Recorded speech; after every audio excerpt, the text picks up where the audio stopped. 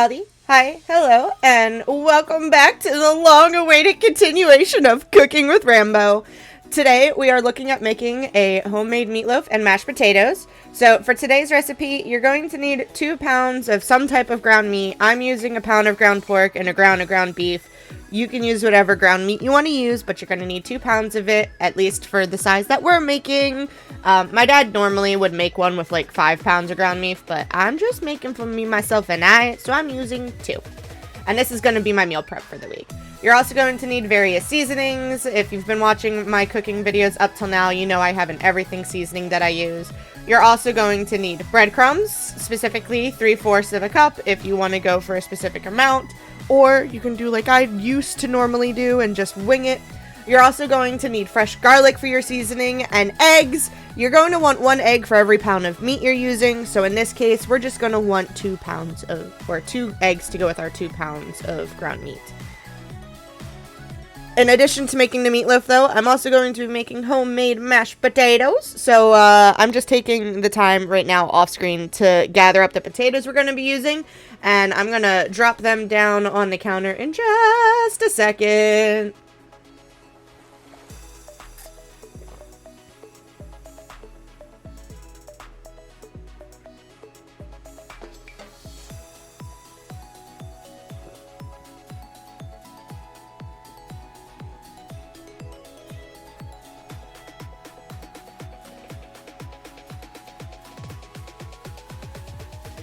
Alright, so here's my potatoes. I used 8 small potatoes, which made just the right amount of mashed potatoes that I needed. But you can make however much of the potatoes you want or decide that you need. And then you're also going to want an onion. So I'm off the screen right now grabbing an onion. A medium onion should do just fine. The onion's going into the meatloaf in this case, but normally I would also put some onion into my mashed potatoes as well. So up to y'all. I just decided not to put it into my potatoes for some reason today. Who knows?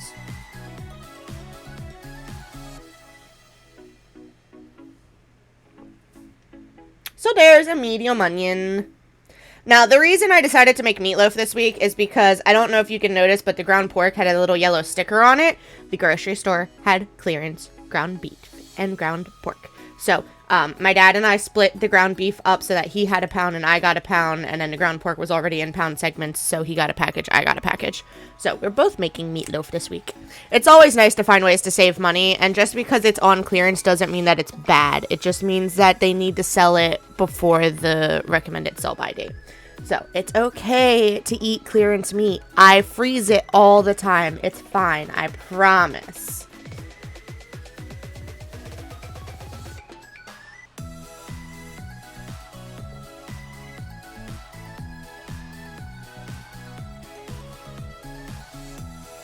So now that we have all of our ingredients, I'm just going to start setting some things off to the side so that we can start. I'm starting with the meatloaf because it's going to take the most time to cook in the oven. This bad boy is going to end up sitting in the oven for a good hour. You want him fully cooked, especially if you're using pork like I did. But so I've got a nice big mixing bowl here. I'm going to stick the pound of ground beef in here, and then I'm going to stick the pound of ground pork in here as well. I'm going to end up setting this off to the side eventually, but we're going to throw as much as we can into the bowl to start with.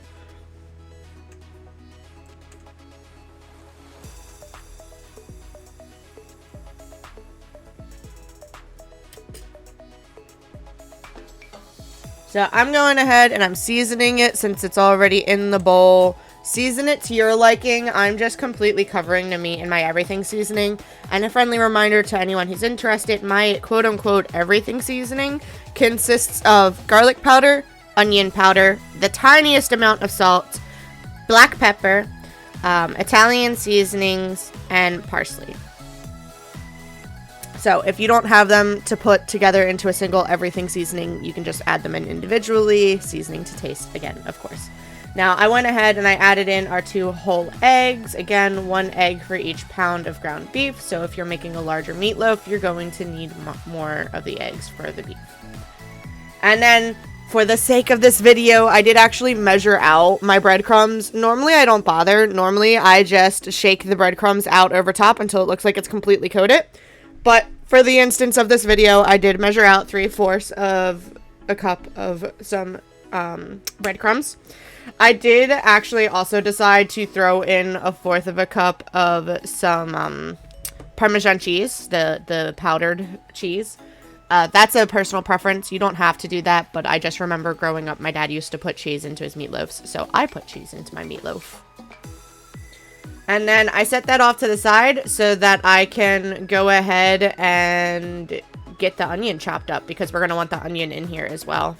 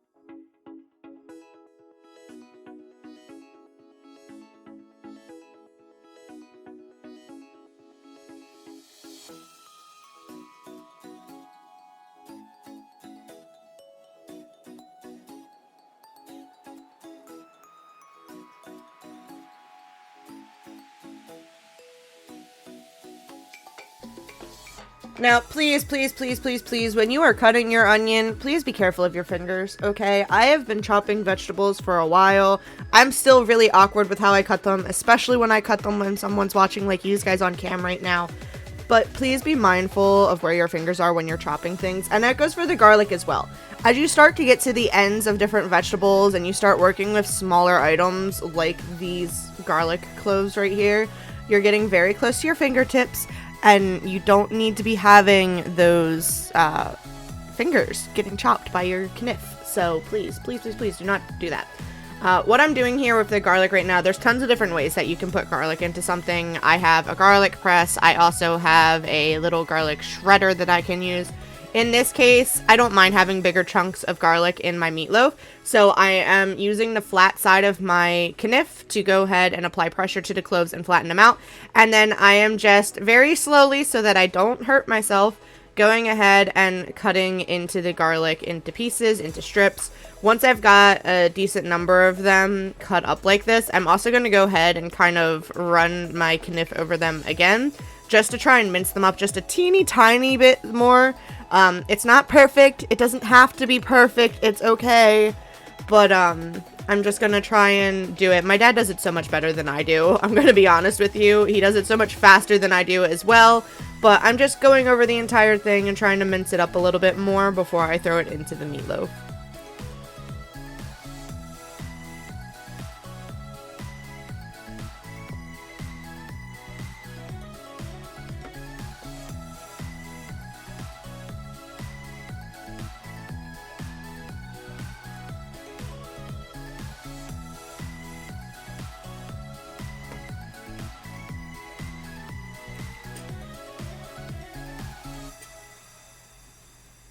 And now that everything is in here together, I'm going to go ahead and add some Worcestershire sauce into it.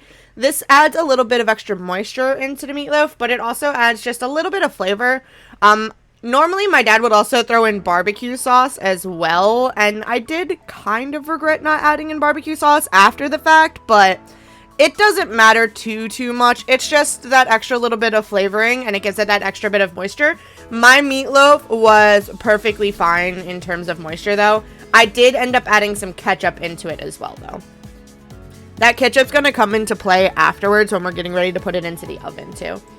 So now that everything is in here, I'm just rolling up my sleeves, and I'm going to go right on in with my hands. I'm going to work this together so that everything is one cohesive blob, and then eventually I will plop it into a dish. So, oh, here you go. See, I told you I added Parmesan cheese. I told you I added cheese. Oh, I didn't measure it out? I thought I measured it out. I do these voiceovers afterwards, okay? Don't come at me.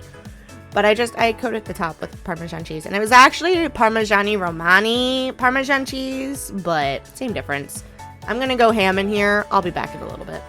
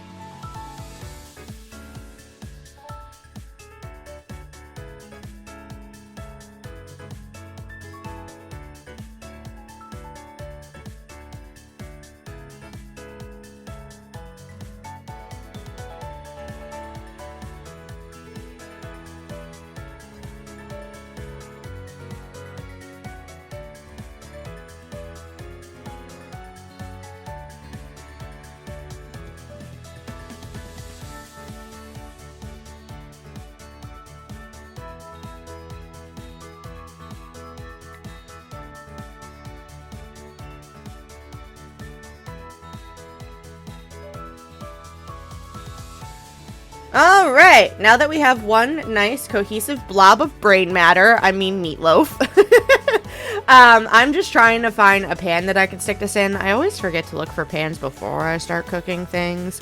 I don't go out and buy nice fancy sets of stuff, okay? I have whatever remnants my parents decided to give me, things that I bought at thrift stores when I was in college, stuff like that. So it's just whatever I managed to find on hand.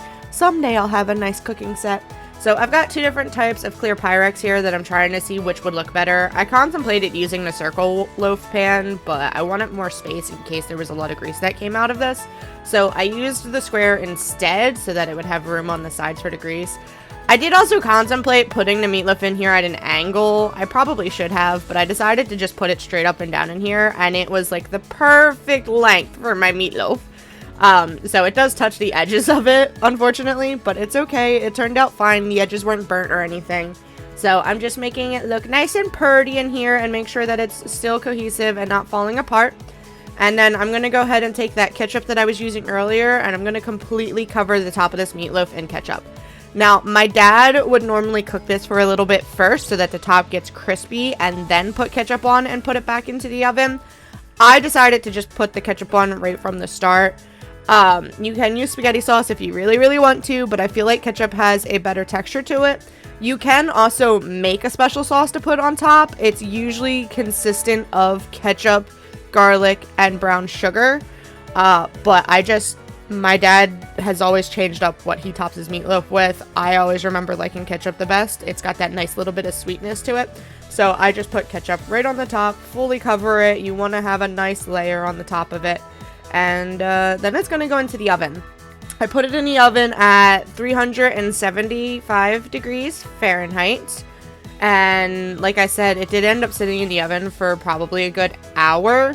I think when you look up online what the estimated cook time is, it says anywhere from 45 minutes to 75 minutes at 375. So just keep an eye on it. I did check on it a couple of times, but I didn't leave the video going for the entire time that this was in the oven because that just would have been absolutely ridiculous, especially if you guys can't see it in the oven. So once this is in the oven, we're going to start on our mashed potatoes and try and get some of that done. And yeah, that'll pretty much be your meal. I could have added and should have added another vegetable to this, like broccoli or carrots, something. I was too lazy to add vegetables when I was making this though. So it just got mashed potatoes and meatloaf, which, I mean, hey, I could have been healthier, but I made my choice.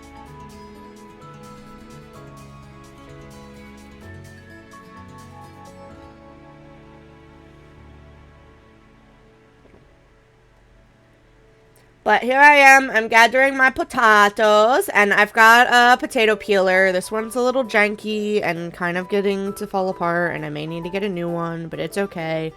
If you've never peeled a potato before, please, please, please, please, don't hurt yourself. They taught us in middle school how to peel potatoes, and for whatever reason, they taught us to peel the potatoes towards us. My dad always taught me to peel the potatoes away from you. That way you don't accidentally shove the peeler into your stomach. I do understand the logic of not wanting to peel away from you because you don't want to accidentally, like, cut your finger as you're going up towards the top of the potato. But if you've got nice control of your potato peeler, either way you should be okay. Don't go crazy. I definitely could have done a better job of making sure the camera was on me peeling these potatoes. I'm so sorry. It's a really janky setup I have, okay? I use my phone. It's attached to the bottom of my kitchen cabinets, and it's not the best setup, but it works, okay? It works. I'm also not 100% sure if this zoom was on this camera or not, so I'm sorry. Once your potato is peeled, though, you can rinse it off if you really want to. I never bother. Dirt doesn't hurt you. It's actually good for you to have a little bit of dirt in your life. But you're going to go ahead and cut the potato up into cubes. I've got our stove photo going on for you guys now. You can see me putting them into the pot up in the corner. I'm going to go ahead and peel these potatoes, cut them up. It's okay if your cubes are in slightly larger sizes or slightly smaller sizes. The more cubes you have, the faster the potatoes will cook. But it's all personal preference. It's going to be chunky either way, which is why I absolutely love making homemade mashed potatoes, is for that chunk. I could make instant mash anytime if I really wanted to, but that homemade just gives it that extra little bit. So, I'll catch back up with you guys after I peel, slice, dice, boil, and get ready to mash. See you in a bit.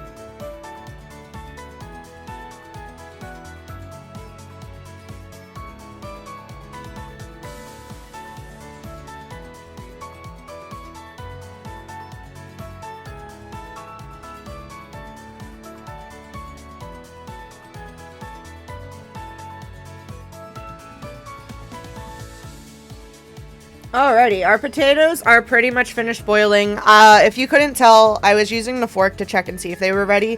If the potato can get stabbed easily by the fork and then plop itself right back off again, it is done.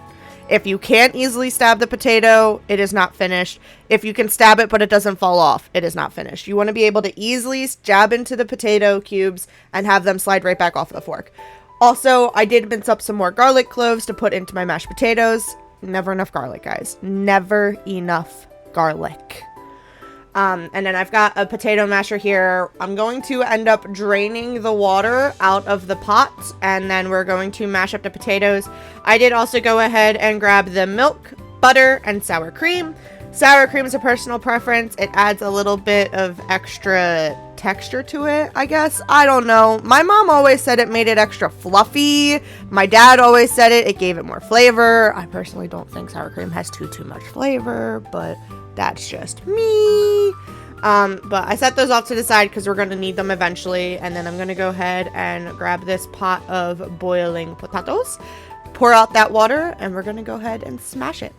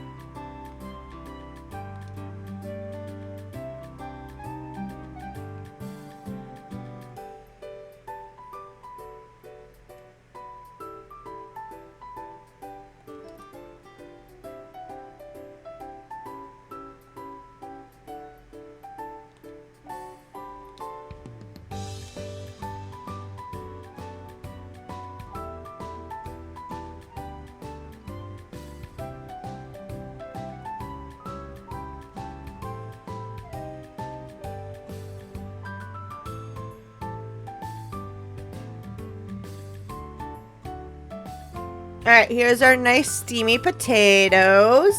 I prefer to mash them and then add in all of the ingredients and stir it in. You can go ahead and add the ingredients first if you really want to. Just be careful not to splatter yourself with everything. So I'm just going in with the masher. Yes, it's very steamy. I'm sorry, you can't see much of anything here. And you're just going to go up and down, smashing the potatoes.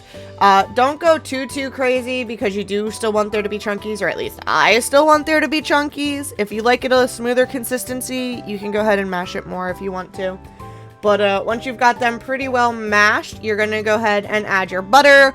I don't have a actual measurement for you guys. Everything is to taste. My mom always loved extra buttery mashed potatoes, so I'm accustomed to putting in tons of butter in here.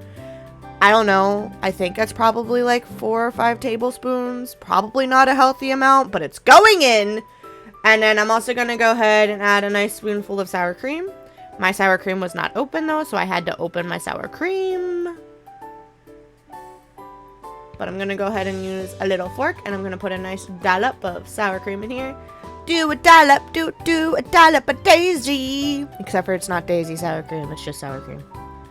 And then put in some milk, a nice big sploosh of milk. Again, I don't have measurements for y'all, okay? I probably put a little bit too much milk in here because I vaguely remember putting in some mashed potatoes to thicken this up some, but I don't know. And then, of course, seasoning, everything seasoning, just covering the top of it again. Look, it's already looking so yummy. And then I chopped up that clove of garlic, so I'm throwing in some more garlic. Never enough garlic!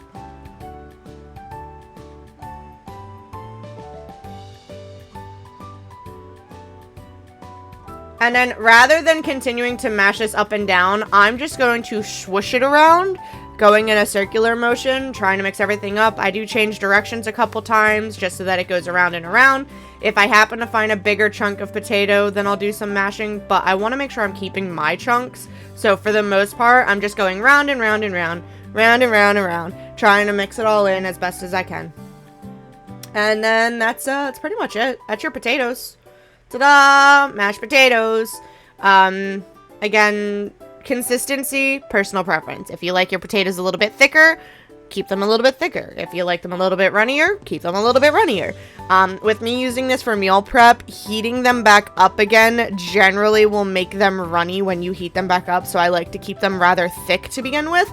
So I went into my pantry and I grabbed some instant mashed, and I'm just going to put a little bit of my instant mashed potatoes into this. It's still going to be nice and chunky because of the fact that we used real potatoes to begin with, but the instant mash will help soak up some of that moisture from our mashed potatoes and make it a thicker consistency. You can see here it already looks a little bit thicker from when I was mixing it. It may get a little bit hard to stir at times. Just keep with it. Do your arm workouts, okay? You got this. And then once it's done, I'm just going to sit it off to the side. I'm going to wait for my meatloaf to be done, and then I'm going to dish it up, and I'll show you guys what it looks like coming out of the oven. So I'll be back. It's not going to be too long for y'all. It took me forever, but it's not going to be long for you at all.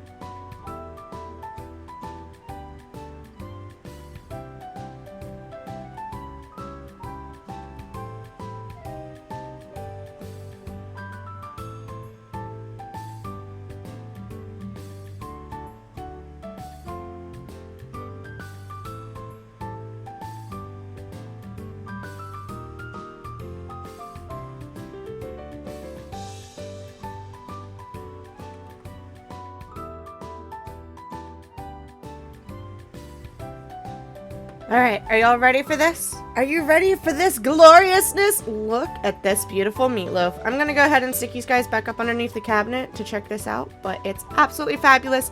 It was absolutely delicious. It lasted me all week, and yeah. I hope you guys enjoyed. I hope this was helpful, and I hope your meatloaf is just as yummy. Let me know in the comments if there's something else you want to see me try to make, and I'll see maybe about recording it in the future. Thanks again for watching, guys. Make sure you like, subscribe, and I will catch y'all on the flip side. Goodbye, everybody!